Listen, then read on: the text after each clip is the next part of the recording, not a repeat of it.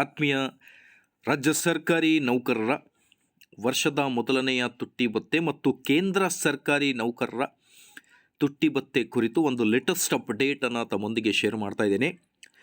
ತುಟ್ಟಿ ಭತ್ಯೆ ಮತ್ತು ತುಟ್ಟಿ ಪರಿಹಾರ ಸರ್ಕಾರಿ ನೌಕರರು ಮತ್ತು ಪಿಂಚಣಿದಾರರಿಗೆ ಈ ಒಂದು ಇನ್ಫಾರ್ಮೇಷನ್ ಬಹಳನೇ ಇಂಪಾರ್ಟೆಂಟ್ ಆಗಿರುತ್ತೆ ವೀಕ್ಷಕರೇ. ದಯವಿಟ್ಟು ವಿಡಿಯೋನ ಲೈಕ್ ಮಾಡಿ, ಅದರ ಜೊತೆಗೆ ನಮ್ಮ ಯೂಟ್ಯೂಬ್ ಚಾನಲನ್ನು ಕೂಡ ಸಬ್ಸ್ಕ್ರೈಬ್ ಮಾಡಿಕೊಳ್ಳಿ. Dearness allowance, dearness relief from January 2026, issue of all India CPI IW for December 2025 ಅಂತಿದೆ. ಈಗ ಸ್ಕ್ರೀನ್ ಮೇಲೆ ಗಮನಿಸ್ತಿರ್ಬೋದು ನೀವು.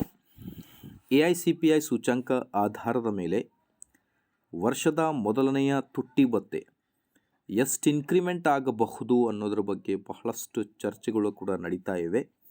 ಸೊ ಹಾಗಾಗಿ ಈಗ ಈ ಒಂದು AICPI ಸೂಚ್ಯಂಕ ಆಧಾರವನ್ನು ನೀವು ಗಮನಿಸ್ತಿರ್ಬೋದು.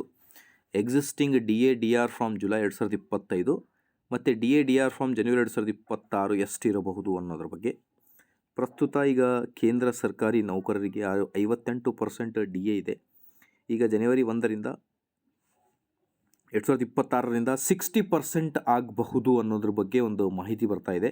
ಸೊ ಇದರ ಅರ್ಥ 2% ಕೇಂದ್ರ ನೌಕರರಿಗೆ ಏರಿಕೆ ಆಗಿದ್ದಲ್ಲಿ ರಾಜ್ಯ ಸರ್ಕಾರಿ ನೌಕರರಿಗೆ 1.5% DA ಮತ್ತು DR ಏರಿಕೆಯಾಗಬಹುದು ಅನ್ನೋದರ ಬಗ್ಗೆ.